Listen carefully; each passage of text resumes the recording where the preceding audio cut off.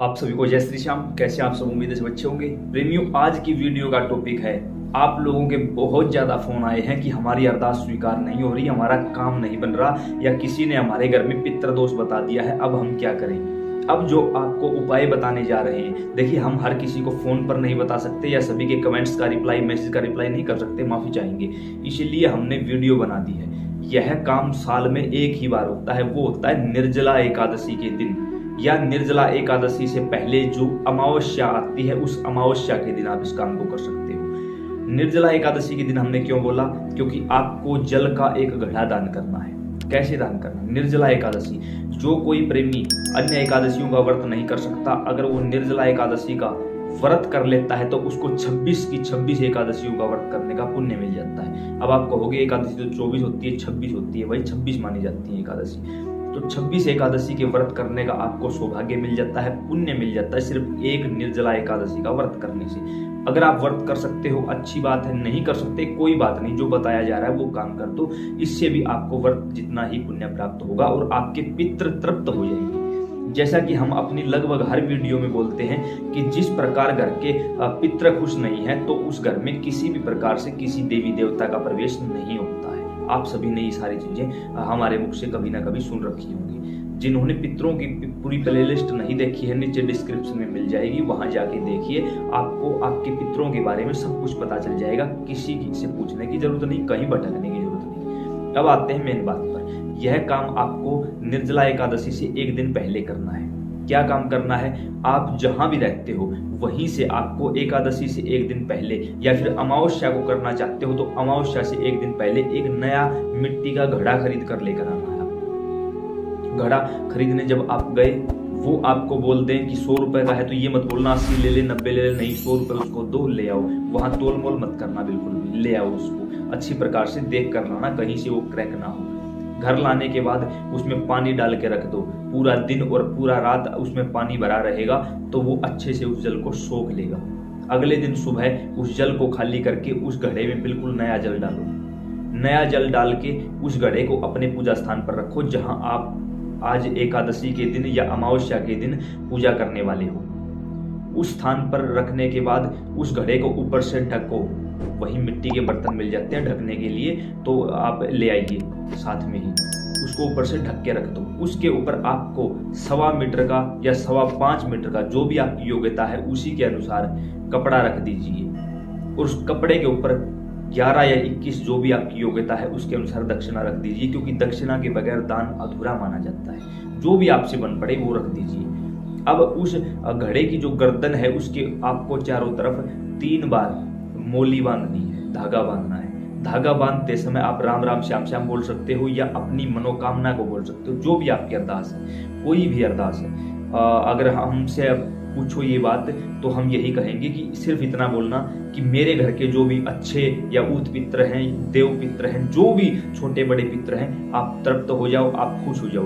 क्यों? क्योंकि जिस घर के पित्र खुश हो जाते हैं उन्हें फिर कुछ मांगने की जरूरत नहीं पड़ती, उन्हें सब कुछ दे दिया जाता है।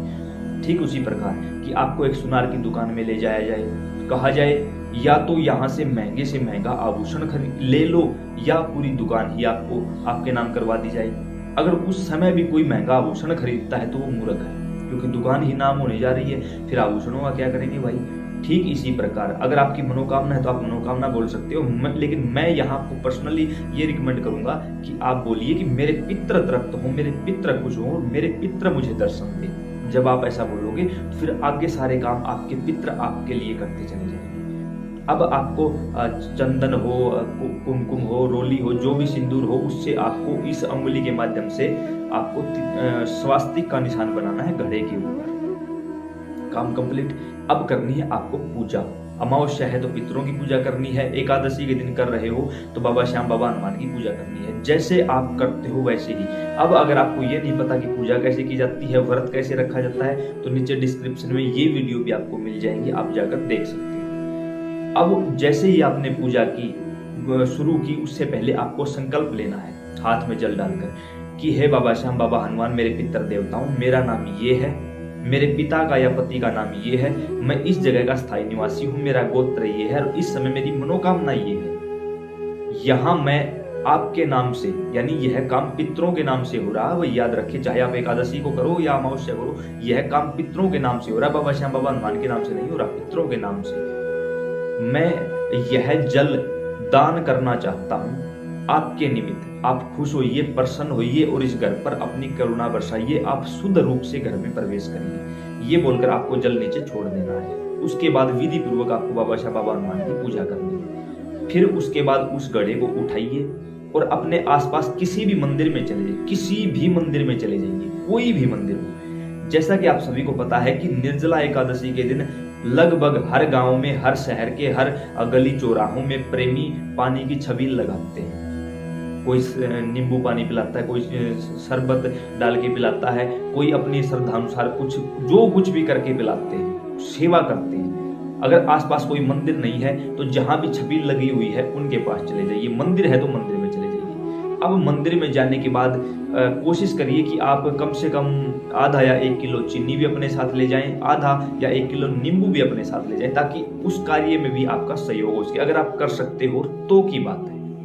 उन सारी चीजों को लेकर आप मंदिर पहुंच जाइए। मंदिर में जाने के बाद वो जल भी आपके पास कोई ड्रम वगैरह रखा हुआ दिखाई दे या कहीं भी कोई चीज ऐसी हो तो अपने पितरों का नाम लेके उस जल को वहां उसके अंदर डाल देना।